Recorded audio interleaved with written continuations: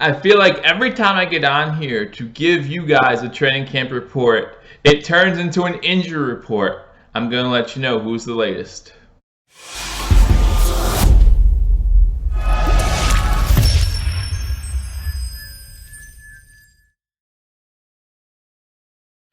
Welcome to Billievers Talk. My name is Joe, partnering with BewareTheStampede.com. And guys, to start off, to kick off our partnership, Beware the Stampede and Billievers Talk are giving away this Andre Reed signed mini helmet, guys. 2 days left to log your entries at BewareTheStampede.com. Ways to enter: you can subscribe to Billievers Talk if you haven't already subscribed. If you have already subscribed, go to BewareTheStampede.com and still log your entry as a subscriber to Billievers Talk. You can join Beware the Stampede's mailing list. They're going to keep you up to date on all Bills news, and then you can also go on Twitter, follow us both, and then retweet what we tweet out about the contest. Every day you can get a new entry that way, so make sure you're doing those things. Again, 2 days left, so make sure that you are going on there to log your entries. But we want to talk about days 9 and 10 of training camp. This is a training camp edition of Billievers Talk, so welcome as we try to keep updated on both Sunday and today's training camp. We had that Friday evening training camp session due to it being held at New Era Field. Then we had Saturday off, and now we got back to practice on Sunday, and then training camp today as well. So first and foremost, the thing we want to keep you most up to date on is the Ladrian Waddle situation. Ladrian Waddle hurt his quad Sunday during practice, and we want to show the extent of the injury. Obviously, we were not too optimistic as the cart came out for him on Sunday. He was unable to put pressure on it. Found out today it was a quad injury, and we were hoping that was just a pull or quad pull, but we found out that was a tear, which means that he will be gone. More than likely, he will be gone for the majority, if not all, of the season. So that's sad news that we want to hear. We all knew that Ladrian Waddle was someone who was on the roster bubble, right, as far as making this 53-man roster. So unfortunately, he will no longer be playing for the Buffalo Bills this season. Sad to see. We were hoping good things for Ladrian Waddle. Was doing pretty, decently in camp, making that bubble spot a possibility. Obviously, they've really taken to the city, and they've taken to Buffalo Bills fans, Bills Mafia. So we hate to see that, but unfortunate things happen. Luckily for us, we did make some huge depth signings at that position. We even had someone practicing today to possibly sign somebody else to fill that void now that Ladrian Waddle is gone. Again, now we can add somebody to our roster. We have that one extra roster spot now. We'll see who that is. So that's sad news, but we do want to get into day 9 of training camp. So one of the big news stories from day 9 training camp was Cody Ford did play at right guard instead of right tackle. Sunday was his first day starting with the ones at right guard. It's interesting because not too long ago, just last week, David was talking about how he was sticking to Ford at the right tackle position, and maybe due to all the injuries that really rushed them into making Cody Ford at right guard, or at least trying him out at right guard. A lot of people think that Cody Ford would be better at right guard than right tackle, but we're going to see what happens as camp develops. Again, tomorrow's the last day of camp, going to preseason games this Thursday against the Indianapolis Colts. We'll do a couple videos before then as well about what to expect in that game. Next thing that happened on Sunday that was newsworthy is Kevin Johnson's getting more reps with the ones. You go back to another coach. You had Leslie Frazier come on and talk about how Levi Wallace, it was his job. That number 2 cornerback position was Levi Wallace's to lose at that point. He listed Levi Wallace as the starter and the number 2 corner. Well, we're seeing Kevin Johnson get more reps as the number 2 corner, especially with the first team. So is that saying that Levi Wallace has done something to lose that job, or has Kevin Johnson stepped up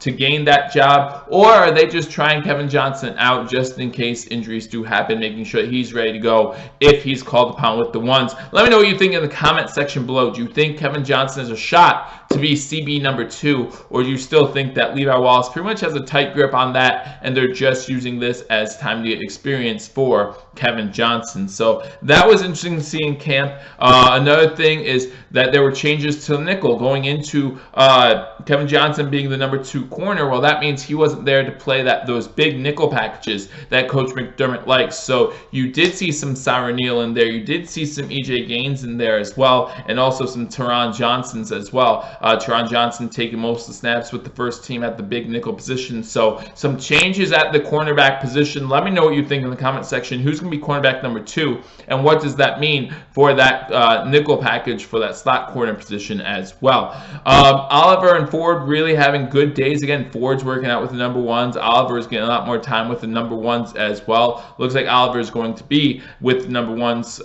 come the start of the season. We'll see what happens, obviously, through preseason as well, to see who gets those reps between Phillips and Oliver. But looks like there's going to be a good rotation no matter what, right, guys? Oliver's coming in.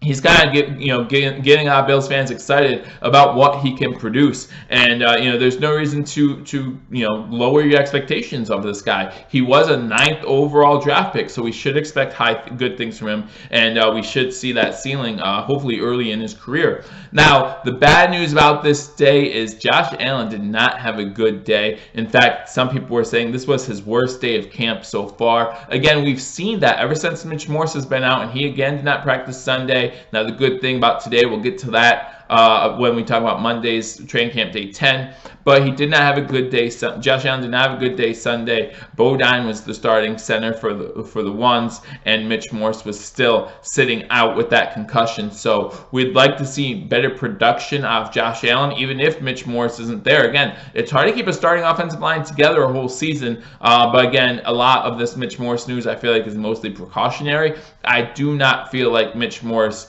is going to miss a significant amount of time, and I don't think he's going to miss at any time come the start of the regular season unless there's another setback, another injury. I think he is going to be fine, and one of the reasons why they're being preventative now is so that he will be ready to go come the start of the regular season. Do we miss the reps between Mitch Morse and Josh Allen? Yes. Do all these injuries on the offensive line concern us? Absolutely. But you still have to look at all the signings that the Bills made this offseason at that offensive line and realize we do have the depth to take a hit here and there. Obviously, we want Spencer Long back. We want John Feliciano back. Losing Ladron Waddle hurts. We want Mitch Morse back. But our offensive line is still improved from last season. So hopefully, come start of the season, they're ready to go. And then we can move on, and hopefully it's just a minor setback, and we can move on from there, knowing that they're ready to go at the start of the regular season. Getting into today's action, and again, there's going to be, before I get into today's action, not only was it a bad day yesterday on Sunday for Josh Allen, it was a bad day altogether for the Buffalo Bills. They had a really bad camp. Coach McDermott talked about it, and they just really hope that they got better come Monday. So here we go, Monday's training camp report, and it did not get much better, and we'll talk about that more in a minute. But your starting offensive line is going to be Dion Dawkins, Quentin Spain, Russell Bodine. Ford again started at guard, and then Ty Nsekhe was the tackle. So this is the second day Cody Ford was at right guard instead of at right tackle. The good news about camp today is both John Feliciano and Spencer Long were back in pads today. Now, Coach McDermott before practice did say they would be limited, so we didn't see too much of them. They didn't get too much time with the ones, but it was still good to see them back there. And we know John Feliciano, he can cover be a backup pretty much for any of those inside offensive line positions, either the guard spots or the center spots. So it was good to see him back, good to see Spencer Long back as well. But again, for the second day in a row, it was Dawkins, Spain, Bodine, Ford, and Nsekhe from left to right. So that was your offensive line. Again, we talked about Ladron Waddle. Learned today that was a torn quad, so he will be out more than likely for the rest of the season. So just really sad news. Again, we know that they were really high on Buffalo, really coming together with the city and with the team and with the fans to create a great atmosphere. And so it's sad to see that, but we do wish him nothing but the best as far as health is concerned. Micah Hyde was in practice today. However, he was in a non-contact jersey, one of those red jerseys. Still nursing a little bit of a neck injury. He missed Sunday's training camp, but he was back today, so that's good to see. Dawson Knox, Jason Kroom, and Mitch Morse were all doing agility drills on the sideline. So again, good signs heading into our first preseason game. Now again, they might not play our first preseason game, but I've been saying all training camp long that it's really the 16th, August 16th against the Carolina Panthers. That's the game I'm looking at. We do have those practices where both teams are going to be on the field, so that's going to be interesting to see if any of these guys are in for those, or if they just wait for that second preseason game. And then that third preseason game, of course, that dress rehearsal game, we have that against the Lions this season. That's going to be a huge question mark as far as who's going to be on the field. We hope to see all of our number ones able to play that game and hopefully do well, maybe get a drive or a series in or a quarter, whatever the case might be. But we know that that's that dress rehearsal game. Want to see everyone on the field for that game against the Lions. So we are seeing some signs of improvement as far as health is concerned. Again, with the drills, some Micah Hyde playing again, but we will hope to see them all ready to go by that third preseason game. There were lots of goal line drills today, and again, Allen had an iffy day as far as the goal line drills. I think on 11 for 11, they say went 3 for 7 in goal line drills today. So you want to see better production of Josh Allen at the goal line, be able to hit those tight windows. In fact, I believe it was today, or maybe it was yesterday, that said that Matt Barkley actually outplayed Josh Allen. It was yesterday, Sunday. They said Matt Barkley had his best day of camp, and he actually outplayed Josh Allen. So you like to see Matt Barkley doing better. You don't want to see Josh Allen decline, however. So that's sad to see. But again, we're talking about a second-year guy, first full season of training camp. Maybe the heat's getting to him. Maybe this is just too many days in a row for him. I don't know. But we did see some lukewarm play at best from Josh Allen. And again, that could have something to do with the O-line too. The O-line not being healthy.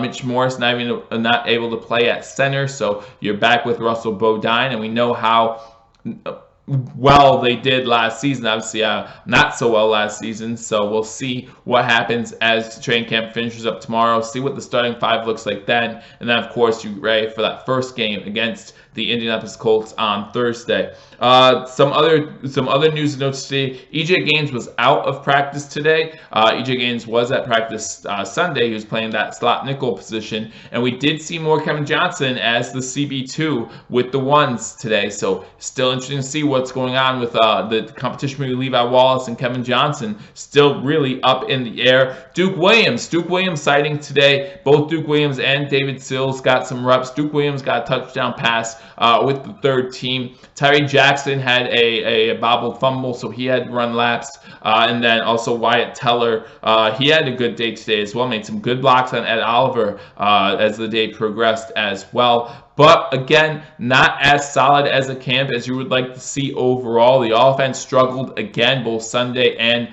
Monday.